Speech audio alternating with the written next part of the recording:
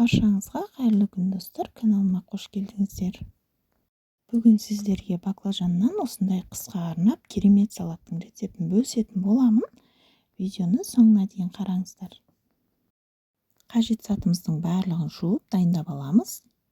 Мен болгар бұрышын қызыл түрінен алдым және бір дана ащы бұрыш қажет болады. Енді салатымызды бастаймыз. Бірінші баклажанды осындай бөліктерге бөліп шығамыз. Егерде менің каналымда жаңа көрермен болсаңыздар, тіркеліп кетіңіздер.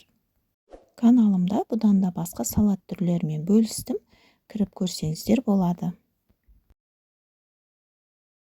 Мінекей осындай бөліктерге бөліп алып, енді ыдысымызға салып, үстіне бір ас қасық тұз салып, осылай араластырамыз. Одан соң бетін жауып 20 минут қоямыз.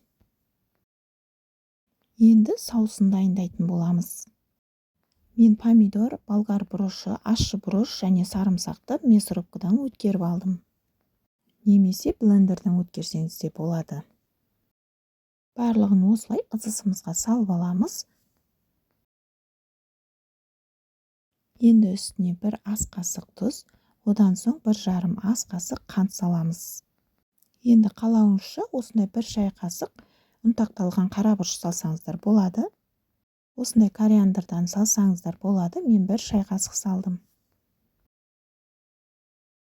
Жақсылап араластырамыз, сосын баяу отта қайнататын боламыз. Толық қайнағаннан соң 9% уксустан 50 грамм құйып, осылай араластырамыз. Мінекей осылай 20 минут қойғаннан соң суы шығып бастайды. Осылай суынан ажыратып алыңыздар. Мінекей бәрін алдым, осындай сөлі шығатын болады. Енді табамызға сұйық май құйып, баклажандарымызды осылай қуырып алатын боламыз.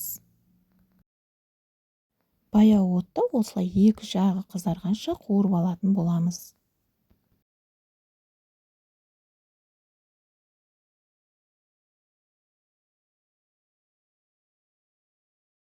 Мінекей осылай қызарды қуырып алдым. Соусымыз жарты сағат қайнауы қажет, одан соң баклажандарымызды салып, енді осындай лопаткамен жақсылап араластыратын боламыз. Баклажанды салғаннан кейін 5 минут қайнатсаңыздар болады. Сол аралықта банкамен қақпағымызды парлап алсақ болады. Мінекей осындай ерекше болып шығатын салатымыз дайын болды. Енді осыны ыстықтай күйінде банкаларға құйып аламыз. Осы рецептпен жасап көріңіздер, сенімді, ешқандай атылмайды. Қыс мезгілінде кез келген тамақ түрлерімен жей берсеңіздер болады. Егерде осындай бұрандалы қақпақ болса, жақсылап аузын бекітіп алыңыздар. Осындай керемет салатымыз аз уақыт ішінде дайын болды. Міндетті түрде жасап көріңіздер.